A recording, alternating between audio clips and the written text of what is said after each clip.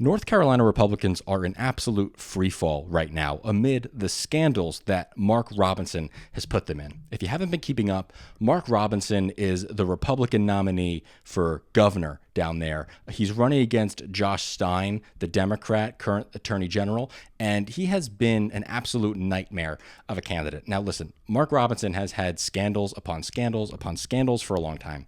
He's called members of the LGBT community satanic. He's trafficked in Holocaust denial. He has said terrible things about women and if they should even have the right to vote, and basically questioning their sexual desires if they ever need to get an abortion. He has been a terrible person for a long time, to say the least. And Republicans have cozied up to him. I mean, Donald Trump has called this man better than Martin Luther King. All right, that's a classic line that Trump said about this guy, and now we know even more about his terrible and deranged beliefs. Okay, so CNN has done a huge expose on the guy and tracked his online history. And on like a pornographic magazine back in like 2008, 2012, he was posting terrible things about how he would have preferred Hitler to lead the country as opposed to Barack Obama. He posted racial slurs against Martin Luther King, which is crazy coming from a black man himself.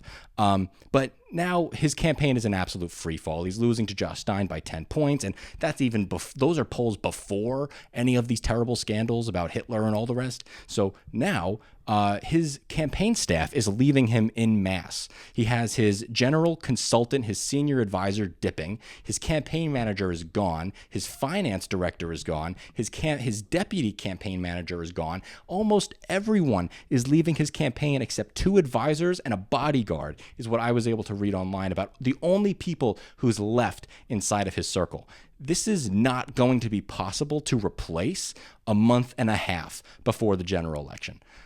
This is an absolute nightmare for, obviously, Mark Robinson's campaign. It's a blessing for the rest of America because we do not traffic in that type of hatred and division. So I'm glad to see his campaign absolutely fall out from beneath him. But Republicans nationally have a huge problem because they have propped up this guy for years now. This is not some guy who's just popped out of the Republican Party.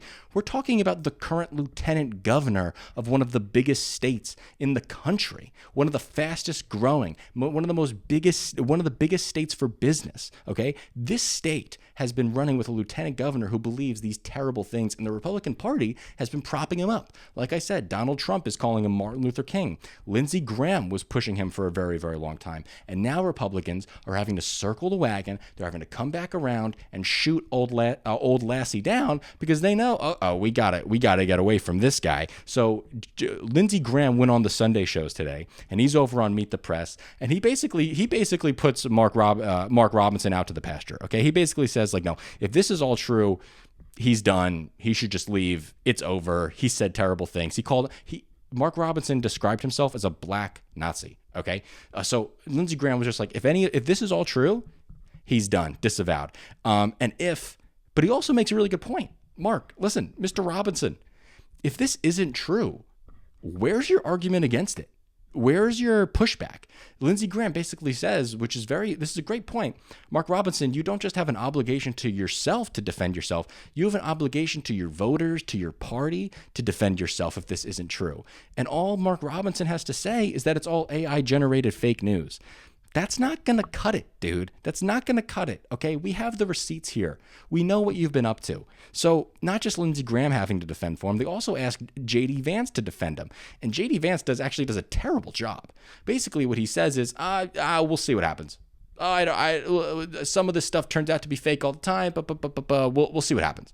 He's just trying to delay this until after the election because he knows that he's stuck between a rock and a hard place. Because whether or not he disavows Mark Robinson on national media, it's not going to be able to escape voters' minds that you've been campaigning with Mark Robinson for a bunch of months, that Mark Robinson has been going on Fox News, getting crisp, perfect propaganda interviews from Jesse Waters, just for Jesse Waters 2 weeks ago, not even 2 weeks ago, 2 days ago, to be like, I've never heard of Mark Robinson in my life, when he literally interviewed Mark Robinson a month ago. So the Republican Party is trying to forget this guy ever exists, but it's just not going to work. So Donald Trump was down in North Carolina a week ago, And he didn't even invite Mark Robinson to come and speak. He didn't talk to the guy. He didn't look at the guy. He didn't mention the guy. He didn't mention the governor's race, because he knows that if he loses North Carolina, Donald Trump cannot be president unless he wins North Carolina, okay? There is no path to the White House without North Carolina, and North Carolina is getting incredibly close. If we look at the polling aggregates, North Carolina is currently within 0.1% favor to Donald Trump, okay? In the more recent high-quality polling, it's fairly even, okay? But if we take out some of the Republican garbage polls like Trafalgar, the average gets a little even close, it flips over to Kamala's favor, okay? So this is a hell of a close election in this state, and Mark Robinson might just drag Donald Trump down with him. And Kamala Harris is already taking this in perfectly. Kamala Harris is using this moment perfectly. She's putting up ads against Donald Trump, showing where he said that Mark Robinson is this generation's Martin Luther King, which is just perfect. Tie Donald Trump to the most extreme elements of the MAGA wing, because believe it or not, Mark Robinson probably wasn't going to be the Republican nominee for governor in North Carolina until Donald Trump gave him the endorsement in the Republican primary. Okay, so this isn't just some Republican that happened to float to the top. It's the Republican that Donald Trump picked to get to the top. It's the one out of the list of people that was on running for office that Donald Trump hand selected. This is his guy. As long as the Republican Party is taking picks from Donald Trump, they're not going to be winning these close elections. And I think that this pick is going to be the reason that Donald Trump loses in North Carolina come November.